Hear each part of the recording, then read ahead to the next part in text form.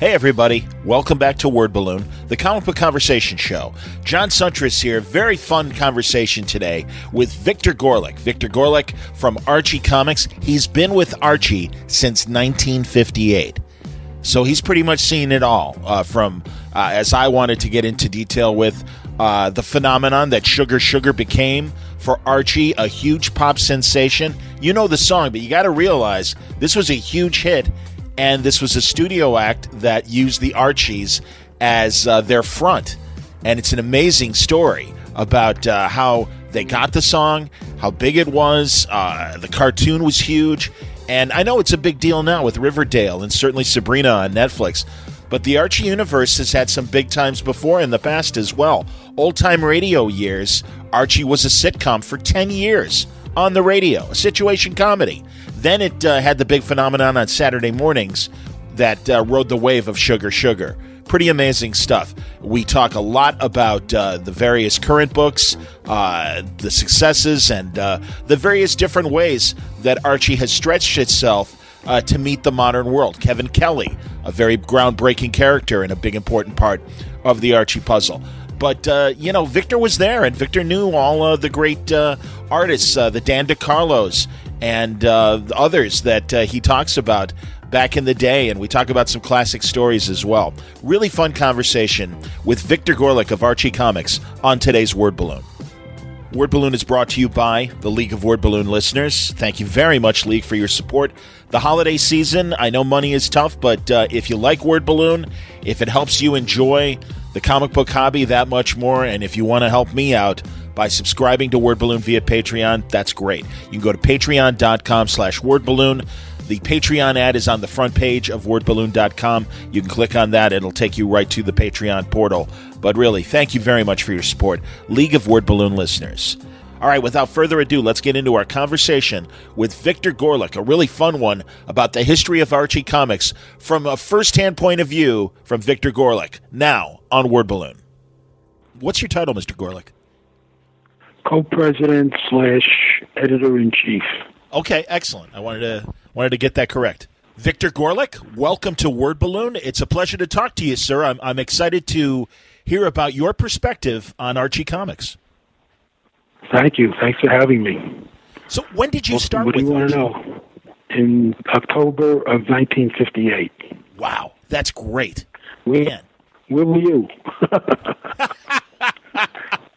Now, I'm 54, so I've been reading Archie for a long time, and I'm really interested in that from the beginning to today. So tell me about Archie in 1958. You guys had a great position in the market and really maintained it for a very long time, and I'm interested in hearing what it was like in 58 at Archie. What were you doing?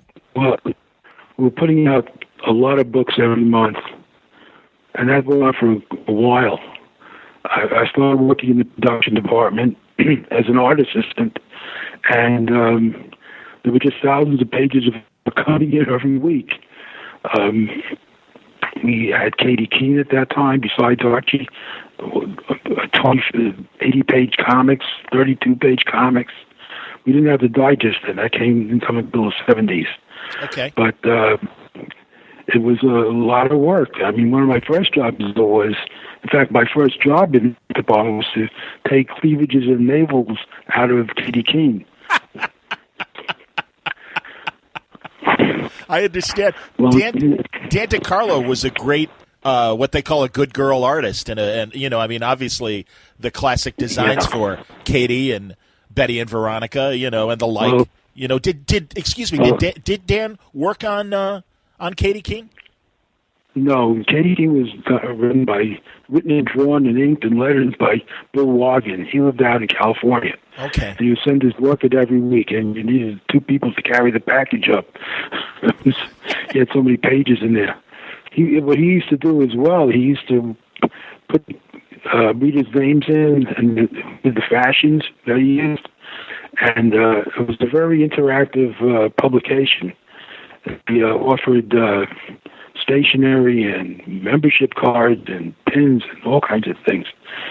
And there was an article many years later in the New York Times about some fashion designers who got to start by sending fashions into Katie Keene. That's how they got interested. Yeah, that's it's quite a few. That's really great. Now, I was a member of the Archie fan club, and God, I wish I still had my membership card. I don't know if I haven't been paying my dues the last couple decades. I don't know if I'm still a member. Did they have? I think they had dues. Yeah, did they really? 25 cents, 10 cents, I think. We didn't have a little who came in though. Understood. Man, and you're right. So, and Katie Keene eventually moved to Tower. Am I correct? No. Katie Keene never moved to Tower. Tower Comics was started by Harry Shorten, who used to be the managing editor at Archie Comics years before, quite a few years before. I think he left about a year before I came to work there. Oh, okay. 1957.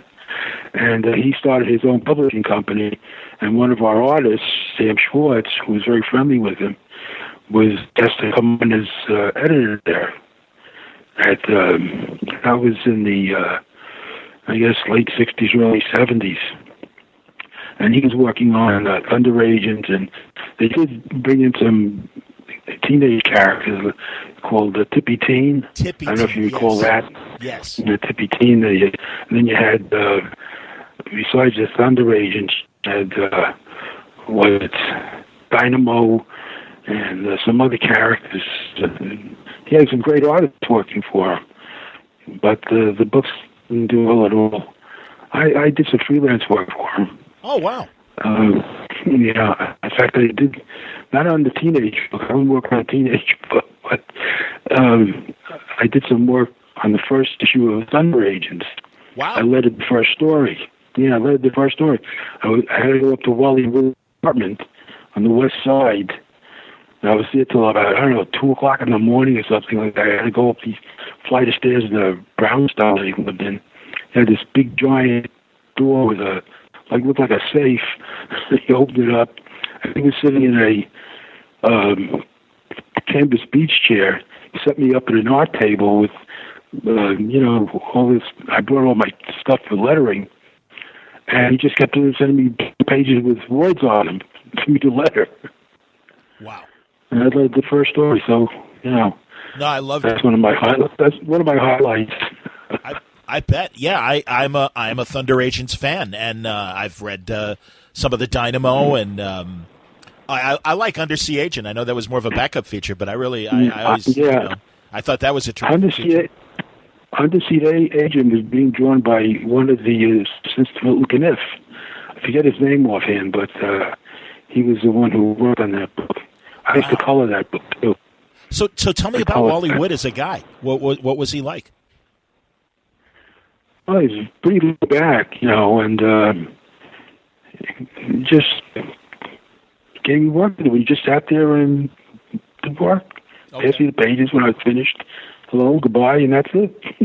I got you. But there were a lot of people in his part, other people doing other things too. Help doing background, who knows? He has assistants.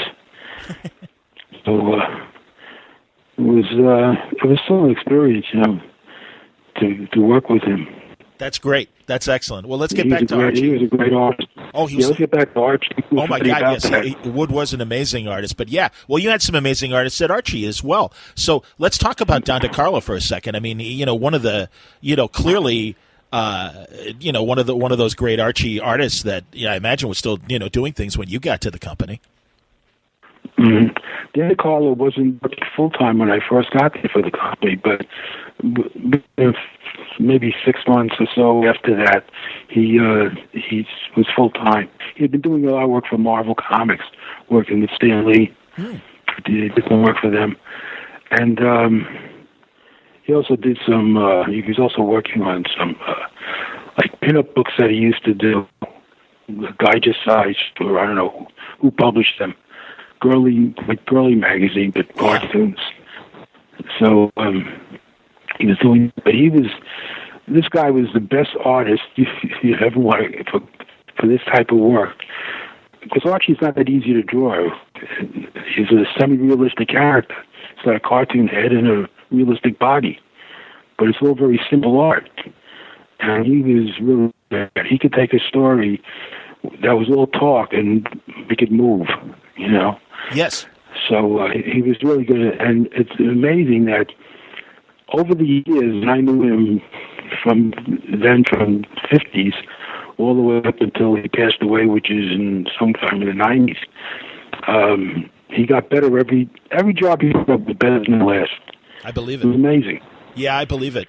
And also, as you said regarding Katie Keene, the amount of art that these artists were able to produce on a monthly basis was pretty incredible. Was Dan one of those prolific guys that could give you a ton of pages each month?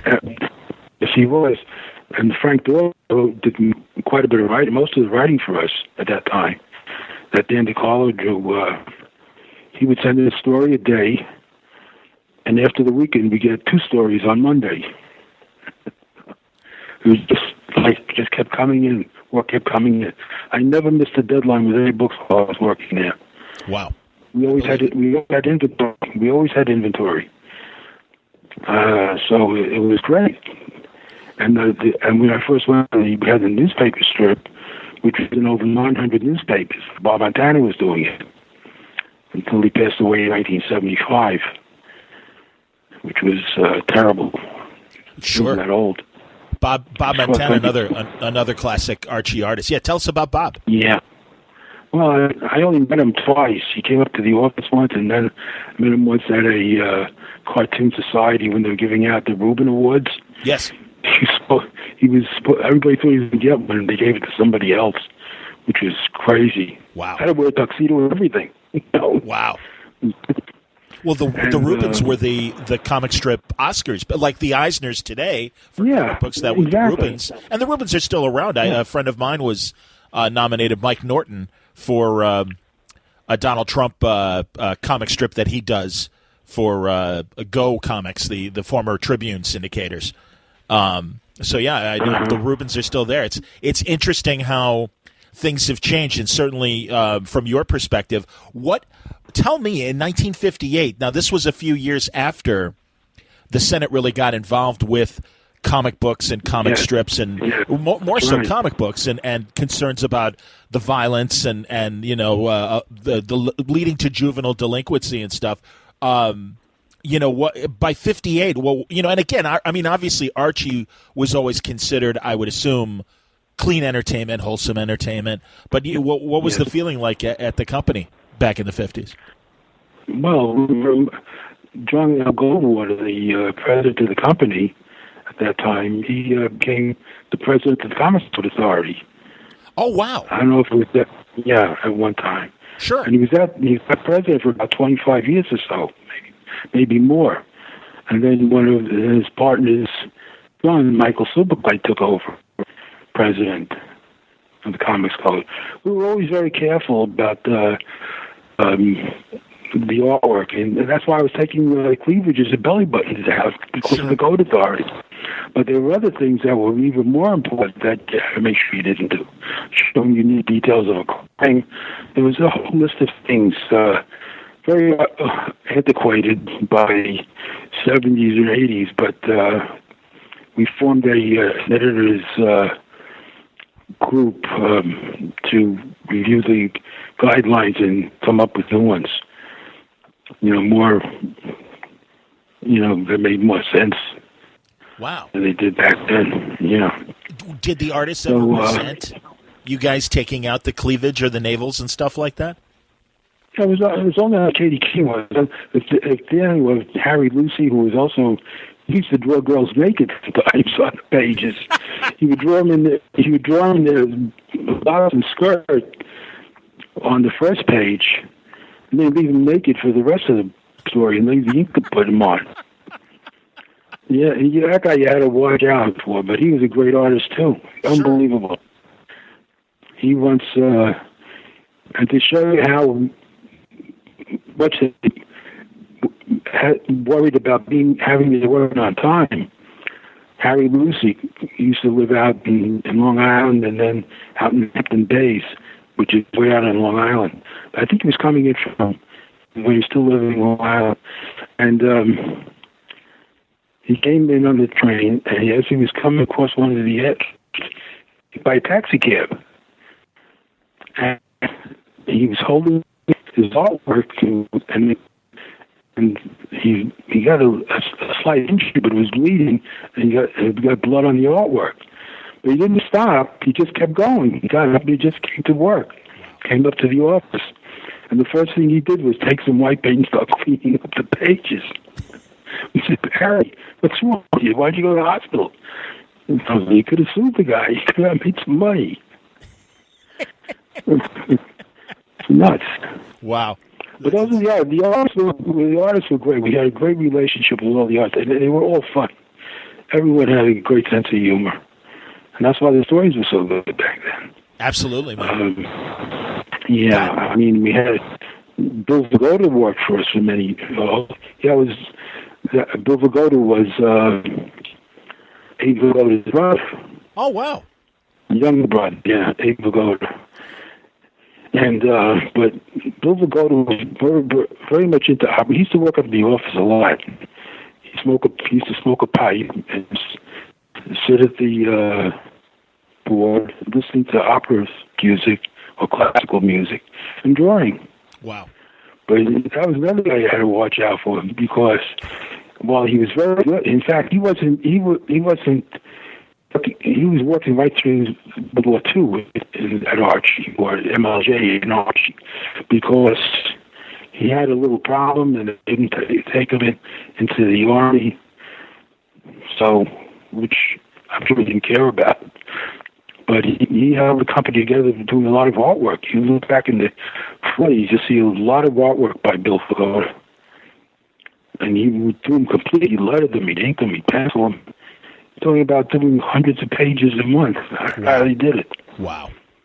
That's amazing. I learned. Go ahead. No, go ahead, sir. But he had a habit of drawing pictures on the back of the page. And one time he drew a picture. I can't even give you the exact description, but it was a naked woman being impaled by a bull. Oh my God! Oh Jesus! And we always said to. I used to bring the artwork up to the. That was part of my job. I would deliver the artwork to the Commerce Code Authority for them to do. And then the engraver would come in, up the work, pick it up to the engraver. But so she calls me on the phone. And she says, "Mr. Gorleck," she says, "I'm looking at one of these pages, the back of one of the pages, and there's a horrible drawing on there." And she kind of sort of described it to me. And I thought he maybe erased it because I used to erase some of them. But I said, "Gee, I was apologizing to her up and down. I didn't know what to say. Well, sure. It was a very embarrassing thing to even talk about. You know, he was into drawing, but at least he didn't put it on the front page. He just put it on the back page. He was really an artist. You know, I think the only reason he did comic books was because he had a family and he had to make steady income. And all the artists, they had steady income from Archie because they guaranteed work every week. And but he's really more of a fine artist. He used to do a lot of painting. He could sculpt. He should have been living in the village, you know. Sure. But wow, that's amazing. He's a tremendous artist too. They all were. That's part of what was going on in the 50s, 60s. Now they're all gone. The only one that's left from all those artists, when there's Bob Bowling, he's not working anymore. He just does oil painting down and lives in Florida. Have you ever asked him to do like a variant cover or anything? Would he be interested, or no? Is he completely out of no?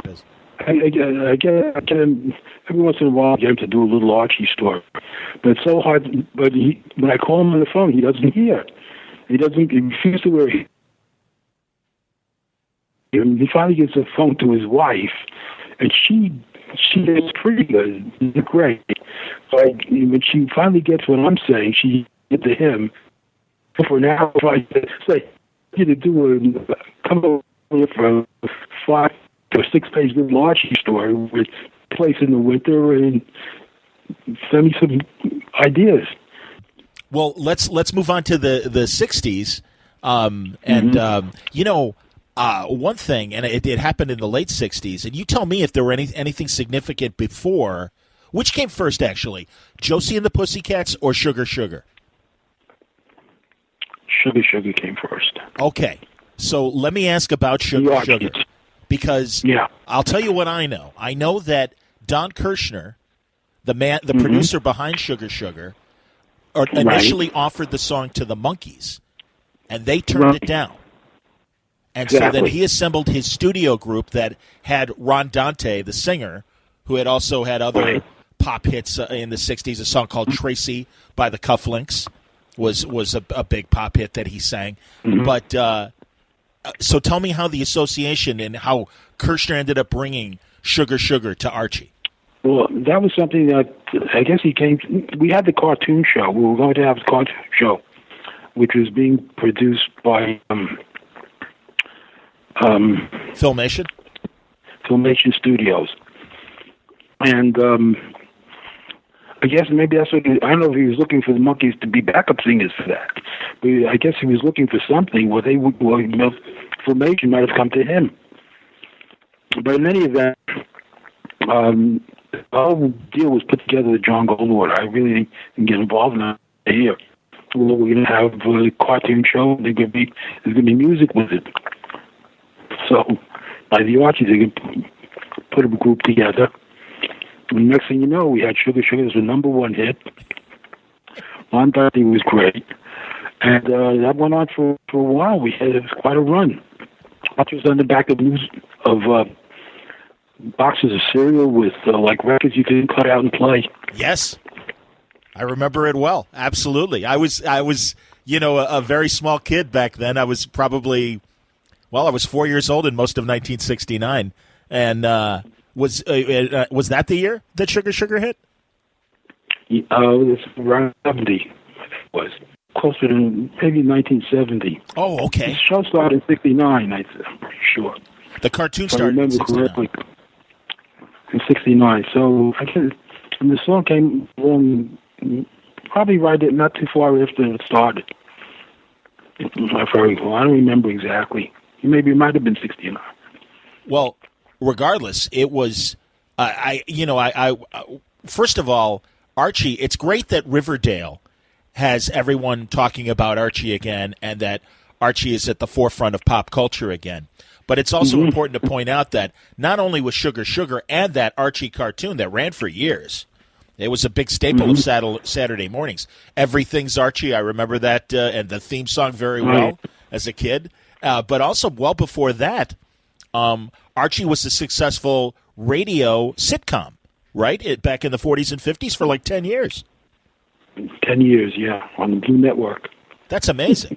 So, it's like Archie's always kind of, been there and been part of pop culture. But the Filmation deal, and I know you said that, you weren't involved with, the actual deal making and stuff, but that had to be a huge shot in the arm for Archie. And for the publisher, did you guys see an increase because of the television show? Yeah, especially with the advertising, too, because our circulation was so high. We really were doing very well. And sometimes I used to deal with the advertising manager, and we used to pull the advertising. He had so many ads, I said, you got to leave some room for the comics. You're putting all these ads in. Wow.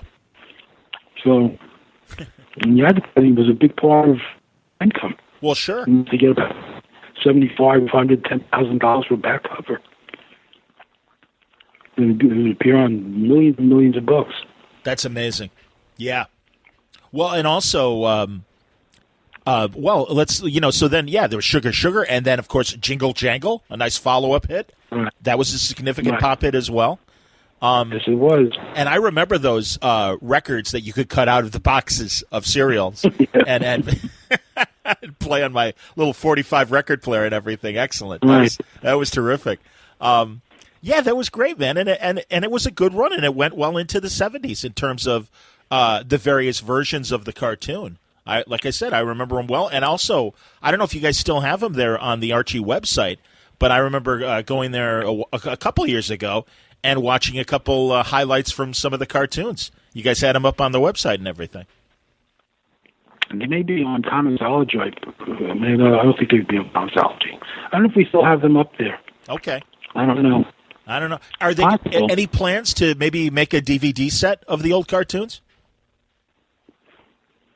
Not that I know of, not right now. Okay. I mean, John Goldenwater is John's son. John is out in California, and he's selling Archie, all the characters. They're going crazy out there. Sabrina is huge. Yes. Have you seen that? I have. Did you see it on Netflix? Yes, I did. It's fantastic. Well, it's a great show. All 10 episodes? I haven't. I haven't watched all 10, but I'm very impressed. That actress, she's terrific. She was great on Mad Men, and she really is a perfect Sabrina. And she's following a tough act with and now Melissa Joan Hart's run in the 90s, which was obviously pretty significant too. Well, it was, but this is way different, this show. Absolutely. Much darker. Yes. Yeah, I don't remember. She was one of the kids, one of, he had two children, and she was one of the two kids, right? Yes, on Mad Men. Yes, she was one of Don Draper's daughters, yes. So yeah, I knew her. She still looks a little bit cute then, but she's very good. Yes, agreed. Absolutely, man. No, and so Victor, what do you think of? Because it was kind of a bold move for Archie to start getting inventive, and really, if you think about it, it started in the '80s with different ways of playing with. Well, first of all, yeah, let's stay on this, and then I'll go back to the '60s. But as far as Archie versus the Punisher is kind of like, and you'll know this reference, Jack Benny, The Horn Blows at Midnight. That's kind of the knock that the comic book gets, Archie versus the Punisher, which is ridiculous because it was always meant to be an Archie comedy with the Punisher dropped into it. And I honestly think it's hilarious. I think it holds up, and I wonder if the company put it back out now as a trade. It might get a little more respect than it did, than it has. We'd love to get more copies of it out. We can go back to press, but Marvel Comics not interested. Oh, interesting. Of course. Yeah. Well, I can. Well, and yeah, them having Punisher. When I'm at conventions, I get at least a few correct comments about Archie the Punisher. If we still have any copies, that was a great book. Yeah, I agree. I thought it was funny as hell, and it was just a kind of a perfect combination. Just that menacing face of the Punisher with Archie scared as hell. What was interesting was, back in that time, Archie was never really big in the direct market. But mostly newsstand. And the two sons who were running the company, Richard Gore and Michael Silverglide, really wanted to try and make some moves into the direct market. So I came up with this idea of having Archie come home one day. His parents are killed. There's blood all over the place. He goes to police. Nothing happens. So he enlists the aid of the Punisher. I said, no, you can't do anything like that. So I was out in San Diego at the convention, and I had Tom DeFalco, who was at the table. Two other people there, too. Who else was there? Well, Tom DeFalco was two other people at the convention. We were at the table, and Bet and Lash was one. Okay. And forgot who else. Well, it doesn't matter. But we discussed doing the story, and Tom was going to write it, and get I think Stan Goldberg did the artwork. Makes sense. For the Archie artwork, and Buscema did the Punisher part. The characters. Mm-hmm. So you had two artists working on the book. And this is, I think that the Punisher never killed anyone in, Sure. So, and it was great. We had a lot of promotion on it. They had buttons at it came out just in time for the New York convention. I remember, and it was really big. And if we sold it now, I bet it would sell out. I think you're right. Sure it would. That's a shame. They had a cover. They did a die cut cover, and we did just a regular Archie cover. Sure. Punisher. Yeah. And I think the cover looked much better than Marvel's, but it was really a big hit, and I loved working on it. So now we're doing a little better in the direct market, especially with these darker comics. Yes. And the graphic novels that we're putting out. These were things that New John. Yes, Young John. Has started, Young John, yeah, has brought in. We had meetings and talked about things, and you've been here over 10 years now, running the company, and we've been doing a lot of different things. And they've all been very interesting, honestly. Certainly the darker comics I know have been selling well, but I'll tell you, I really enjoyed Life with Archie that started with the Michael Uslan miniseries of Archie marrying both Betty and Veronica in different alternate timelines, and then it continuing with them married. It was a great soap opera. In a lot of ways, I wonder if that inspired the idea of Riverdale, because it was them as adults, but there was a lot of soap opera going on. My God, Miss Grundy dies, and Cheryl Blossom has terminal cancer, and Reggie is a reporter, and all of a sudden has to give up a source or go to jail. Moose is running for mayor. I mean, I'm like, this is insane, and it was great because as an old Archie reader, it really was fun to see all these different twists for the characters. And I thought Paul Kupperberg did an excellent job writing it, and the late, great Norm Breyfogle, an excellent job as one of their artists, too. Yeah, he was such a nice guy. I really liked him. We worked very closely with him, even though he was out in Chicago or someplace out there. But it's funny that you should mention the people dying off, like Grundy getting married to Weatherby. Yes. And then she died. When Kupperberg was writing that page, he said he was almost crying. He killed her off. Sure. And she died, That's how attached these writers become to the characters. And he made me cry. I understand. So, anyway, but we're going to continue that now. It's 10 years later. Can't give you no details, but it's going to be coming out probably hoping by the spring or next summer at least. Oh, that's terrific. And Archie, the married life 10 years later, also two storylines, one with Betty, one with Veronica, and the kids. Oh, interesting. Sure. Man, hey, also, hats off. Go ahead. Mike Uslan is writing this. Oh, fantastic.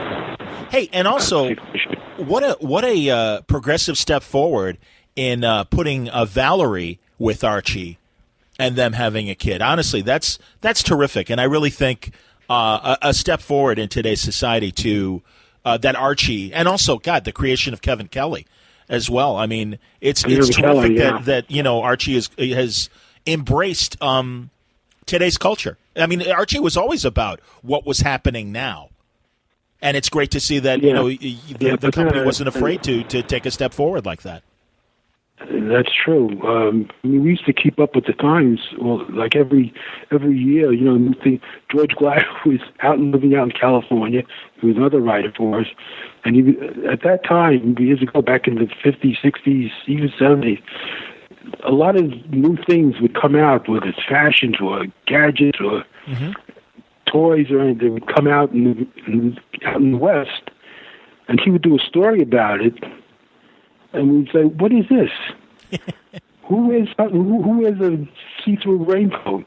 He had the girls wearing these see-through raincoats, and they were wearing bathing suits underneath. Yep.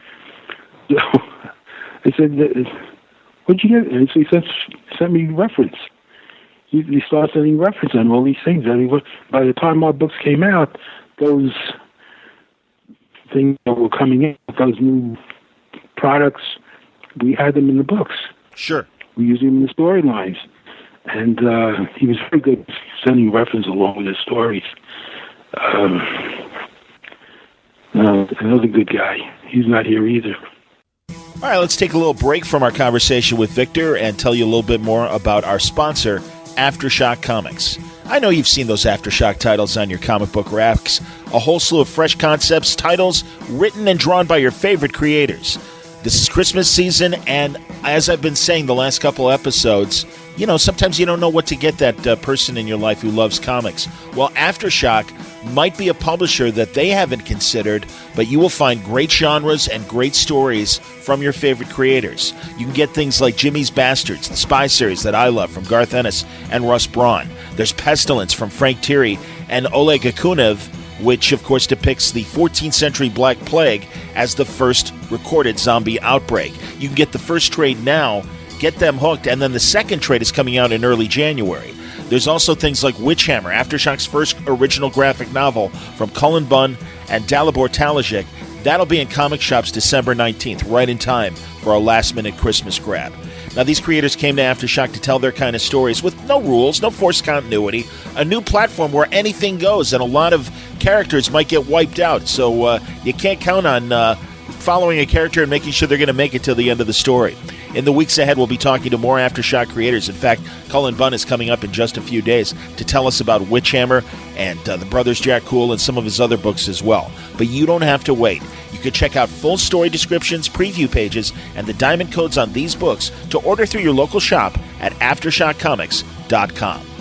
All right, let's get back into more Archie conversation with Victor Gorleck on Word Balloon. A couple things from the 60s that we forgot to talk about. One is when you brought back the superheroes and both the superhero line where you had the Jaguar and the Shield and, the Web and some of your superheroes, but also you incorporated Archie and actually maybe it started before the 60s when you had Pure Heart the Powerful and Captain Hero and Super Teen. Right. Right. Well, Marvel was doing so well with the superhero books. John Goldwater wanted to see if we could put out some books. Not serious books like Marvel and DC are putting out, Marvel in particular, but a fun type of book where Archie is a superhero, Betty, Veronica, Reggie. Yes. So we came up with that. Came up with from Frank Doyle. Came up with the characters and to change them and so forth. And Bill Vigoda did a lot of that work, if you look back at some of those stories. And the regular artwork, the Jaguar and Shield and all that was mostly done by Paul Ryman. And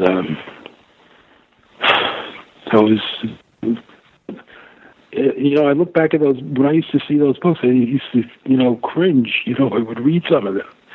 But I speak to people today, and they remember the books, and they love them.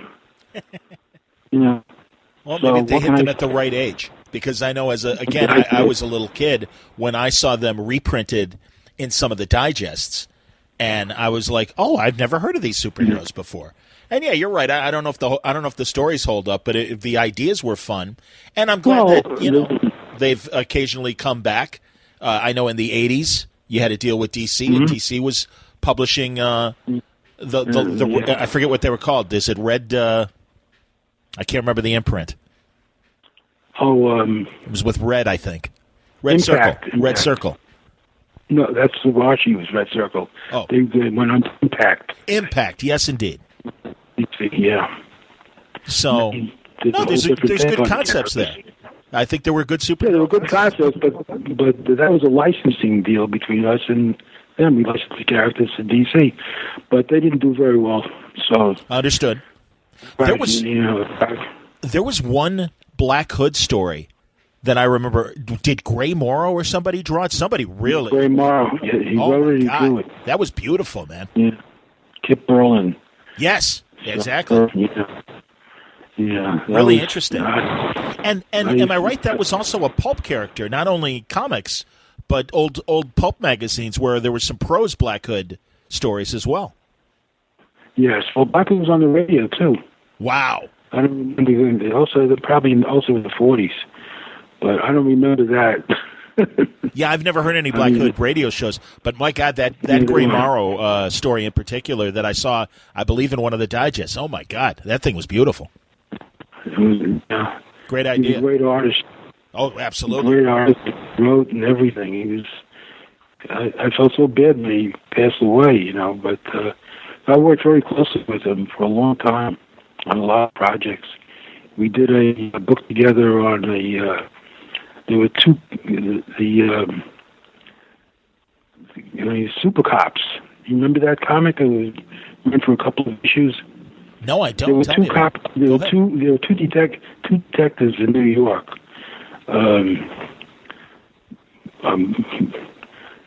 Bob Greenberg and I forget the other guy's name. My mind is going. But anyway, they were in the newspapers every day. They used to be like Batman and Robin. Catching all these crooks. They wait on the roof and they come down and they catch these crooks or whatever they were. And they were arresting people who filling up the jails. And they became very popular. And they decided, Greenberg wanted to do a comic book. I guess he must have gotten some feedback from the police department. But so he did a book he wrote a book on the Super Cops. And we did a couple of comics. And he lived not too far from me in Brooklyn. I used to go over to his house and bring him the script to read and show him the artwork and so forth. And I got to be close with him. So it was nice. That's cool. I remember that I don't know if it was a feature film or a television film about the Super Cops. Now that you say that, Batman and that. Yeah, it was. Batman, but what was real actually the artwork was from Gray Morrow. So I was going, and Gray Morrow lived in Brooklyn too. So I was going to his house and to his house, going around delivering and picking up artwork. It's crazy. And Archie put out Super Cops? Yeah, we put that out. Wow. Mm-hmm. Do you have, that would be something interesting. I don't know how much Gray Morrow material you guys have, but, and I know he's kind of a forgotten name, unless you're of a certain generation. But, man, it would be great to see a collection of Gray Morrow work that he did for Archie. We put out a book called, it was like a horror book. Chilling Adventures, and is that what this is? No, that's the Sabrina book. I had another book that we put out that had all the Gray Morrow work in a trade paperback. I didn't get the name for it. I have to get up. Look. No problem. I'll tell you afterwards. Yeah. Yeah. No. So, I don't know how well they were. We only did one book. At Gray Morrow, quite a bit of Gray Morrow stuff, and some other artists, a lot of other pretty famous artists. But that was under Red Circle. Okay. That story that was done under Red Circle. And we should talk a little bit about Josie and the Pussycats. Yeah. That was a great success, wasn't it? Yeah, well, the TV show did very well. The live-action movie that they did wasn't that big of a hit, but I think it has a cult following, so if you're up at 2 o'clock in the morning, you might see it come through. And but we're putting out some Josie books now. We put out some Josie comics, and we're working on some Josie trade paperbacks now. And you might see Josie back in hopefully on TV one day. Well, I know that John was working on that. Okay. We're trying to put together a live band, Josie and the Pussycats. So we'll see what happens. Well, and I know they've been characters in Riverdale as well. So that's been nice. Now, really, congrats on getting the Riverdale deal. And it's great that the show is doing so well. I think it's a great dark soap opera comedy. I can't. I mean, I know that there's serious stuff going on, but you can't help but smile in that soap opera way of they get a little bit of humor in there. But so I missed it last night though, so I did too. I have to watch it today. But I read them all, Sure. So. And so going into this dark direction, is it? Were you surprised? Were you fearful? I was initially proposed. I was a little, not so much surprised, as a little nervous that this might not work, but I was wrong. It turned out to be a great move because there's so many different directions with the characters. Veronica jumping a werewolf, Veronica is a vampire. It's crazy. We had what was the light?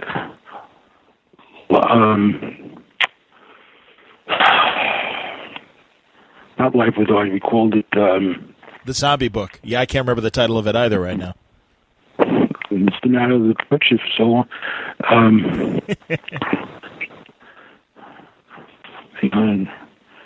Archie and whatever it was. I understand. That's all right. I can't believe I'm not remembering.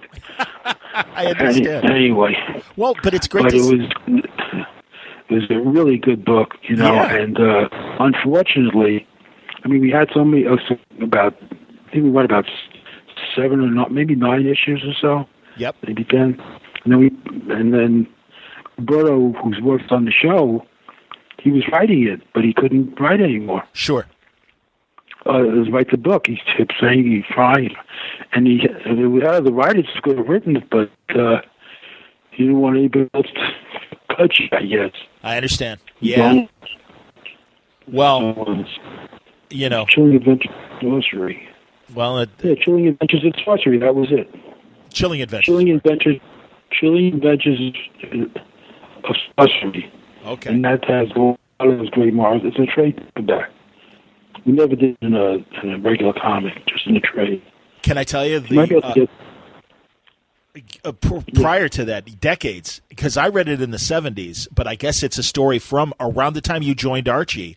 One of the scariest Archie stories I ever read was the one where they go to the mansion and they find the teddy bear that obviously is cursed, and it almost Betty almost jumps off a cliff. Almost goes off a cliff, yeah. Oh my God! Alex Segura, they were putting together an Archie Halloween special, and he's like, what stories? I'm like, dude, the teddy bear story. And like I said, I thought it was from the 70s. The fact that it came out in 1958 impresses me even more. And it has that great, it's not a twist ending, but there's a great, like, kind of typical horror movie sort of ending that, and I don't want to spoil it for people who may want to seek out the story and everything. But seriously, that was great. Do you and obviously you know the story I'm talking about. Do you have any specific memories of that story in particular? Well, I know that Bill Vigoda drew it. I don't remember who the inker was. The writer must have been, I had to be Doyle for that time. Because Bob Bowley was working on Little Archie mostly. Okay. Loved Little Archie, by the way. Yeah, well, Bob Bowley his books always sold in the direct market for some reason. So he was pretty well known, maybe because he signed the books. Well, he always signed them. And his stories were great. He had so much insight to kids. It was unbelievable. And he doesn't have any kids either. Oh, wow. Well, and also I'm glad that you let my buddies Art Baltazar and Franco do some new Little Archie stories in the last couple of years. Those guys are hysterical. I love those guys. Well, they're perfect for Archie. Yeah. They're perfect for Archie. Yeah. They took some of their artwork and made a children's book out of it. They did the cover or something. I don't know. We put it together. I wasn't working on that project. There are things going on here that I don't even know about. Believe it or not. All of a sudden, I'll see something. Hey, when did we decide to do this book? Nobody tells me anything anymore. I don't know what. So. You mentioned that Archie didn't do well in the direct market, but one place it always did well was in the supermarket. Check out those digests. From again when I was a little kid up until through my teen years, if the subject matter struck me, I would pick them up, and that had to be tremendously beneficial to the company. More beneficial than I can tell you. It was so successful. It's unbelievable. They sell well, but none of the comics like they used to sell back in the 70s, 60s, 70s days. But they still do very well. They hold up. It's a nice package. The price is a little more than it used to be. Sure. But everything goes up. Of course. There's so much competition with the internet. Kids have so many different things to look at and to read that sometimes comic books are the first thing on their mind. But those digest books the parent buys. Right. They go to the checkout counters, they'll see the book, they'll remember it from when they were a kid, and they'll pick up the books. And if the kids don't read them, they'll read them themselves. Of course. No, absolutely. And that's how I got them. Absolutely. My parents coming home from the grocery store and throwing me a digest, and that was terrific. Well, throwing it to you or throwing it at you? Depending on their mood. Yeah, exactly. Sometimes throwing it. Absolutely. But I was a good kid. I had Archie as a model to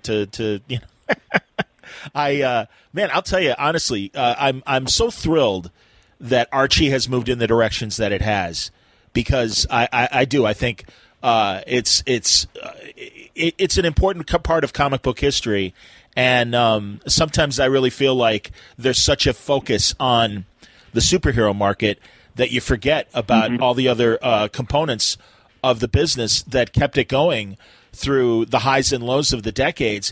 And also now, when I do think non-superhero books are being more appreciated, that there's no reason for Archie, especially with the interest in Japanese manga and the teenage stories that Japanese manga tell. And it's like, well, that's great. But, Archie's been telling American teenage stories for decades and still does a great job at it. Yeah, we do. There you go. The plan. Did you see 1941? Did you read that? I did, yet? and I'm glad you bring it up. Yes, and I'm loving it. In fact, I had a great conversation with Brian Augustin about it just a few weeks ago, and also Mark Waid a couple months ago. I love it. I think I'm thrilled because it's great to see World War II from the Riverdale perspective, and I think it's a good, solid drama that is it. Man, I'll tell you, you feel for the parents and you feel for the kids, and man, this is a very beside himself Archie that it's I think it's a tremendous story. I'm really, really enjoying it. I have to tell you, I think that's one of the best, if not the best, we ever put out, in my opinion. The work, the story, it's just tremendous. And Archie actually started in 1940. His first appearance was in PEP, number 22. So that was his first appearance. So 1941, we went into the war in 1941. It's great. Well, also the characters are so strong and established through all these decades that you can make them even more realistic, as you guys are in this story.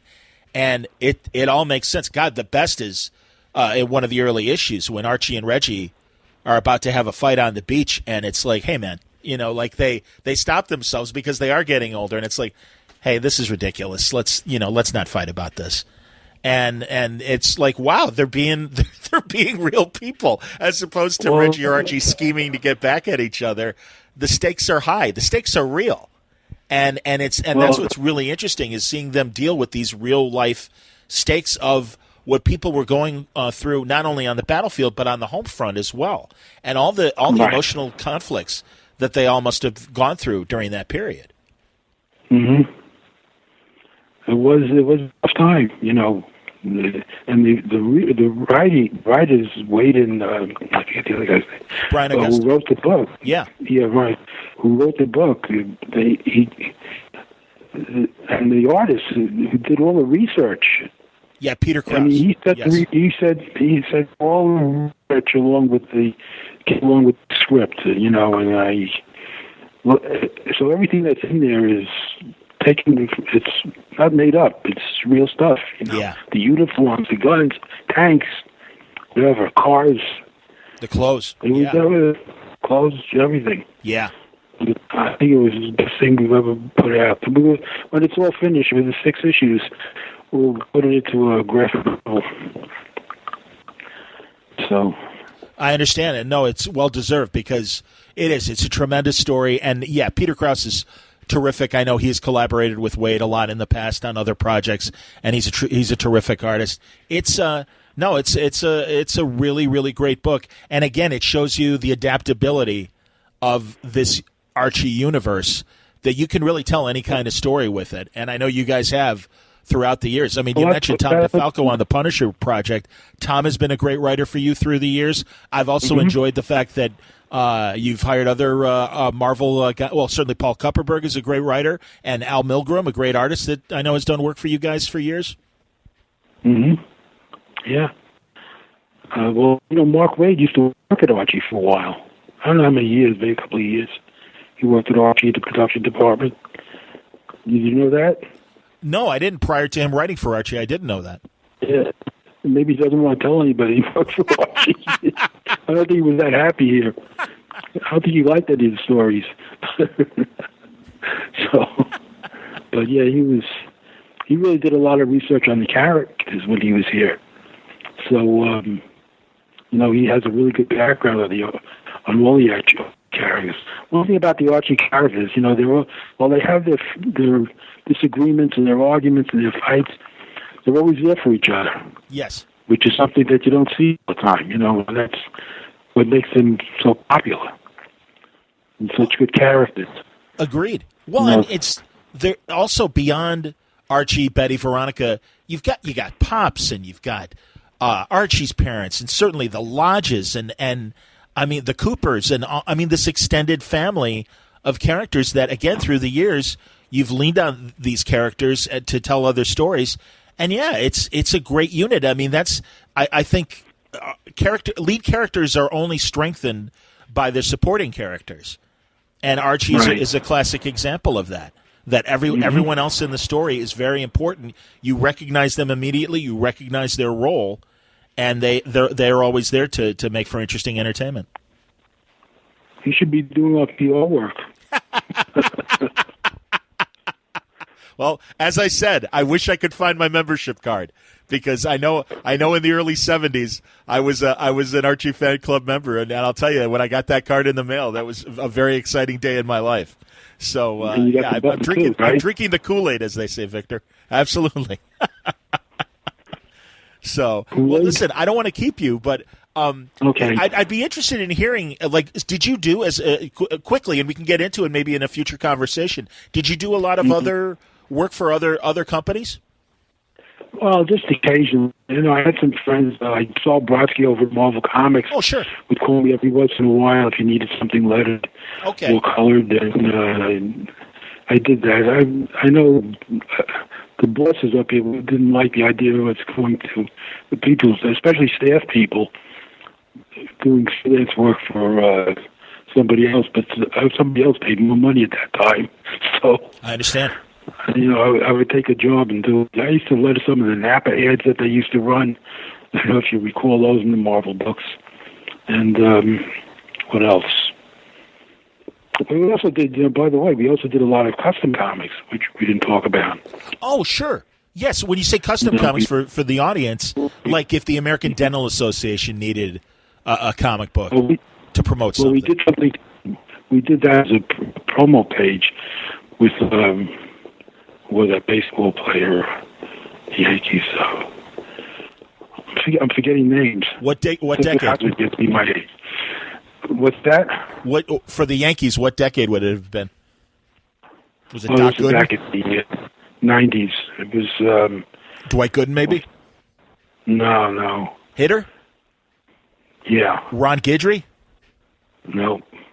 All right, I give up. He was a pitcher. I'm a Chicago guy. I could keep going if it was Chicago. Yeah. Well, I'm not a Yankee fan. You think I'd remember? I'll remember it after I hang up the phone. No problem. But anyway, that was only a page, but we used to do comic books. We did these little 1/3 size comic books for Alcoholics Anonymous, Al-Anon, and in fact, we used to reprint them all the time. And then we had Radio Shack comics that we did. Oh, now those I remember. Okay. They were giveaways in the Radio Shack stores. And what they do is each issue would introduce a new product that they were using, whether it was a computer or whatever Radio Shack was putting out at the time, walkie-talkies. Sure. And they had two characters, Alec and Shauna, I think was the two named characters, and we did a lot of comics for them, and it was a lot of work, and it was 100% sale. That's cool. And they used to go back to the press on some of them. We did books for the FBI. Did a book on peer helping. I go down to Washington with the writer. Went into with the FBI guys and girls. Huh. That was fun. I used to handle all those books. Very cool. Yeah. That's amazing. Anyway. Well, I appreciate your time today, Victor, honestly, and thank you very much for sharing these stories and continued success. And thank you very much. It's a great time to be an Archie fan, and I'm glad that you're around to enjoy reap the benefits, if you will. Yeah, I'm getting like an old car. My parts are going little by little. I have to get parts replaced. My parents should have taken out a long-term warranty. Well, I'd love to have another conversation with you in the future. Okay, whenever you want, let me know. I'll be around at least for another few years, I hope. Here's hoping. Absolutely. Well, thank you again, and truly thank you for talking to me today. Now, how can I listen to this? Well, I'm going to put it. I will post it. It's a podcast, so it's not on the radio per se, but it's. No, I can send you guys I can send you the link. Yeah, and it's a player will pop up and you can listen to it at the moment, or you can download it and listen at your leisure. I don't know if you know how to download audio files, but it's pretty simple. Yeah, I'll figure it out. No problem. But when I send you the direct MP3 link, it'll have a player will open up and you'll be able to hear the whole show. Okay, great, excellent. Well, thank you again for your time. I appreciate it, and have a good afternoon. You too. Thank you very much. Thanks, Victor. Bye-bye.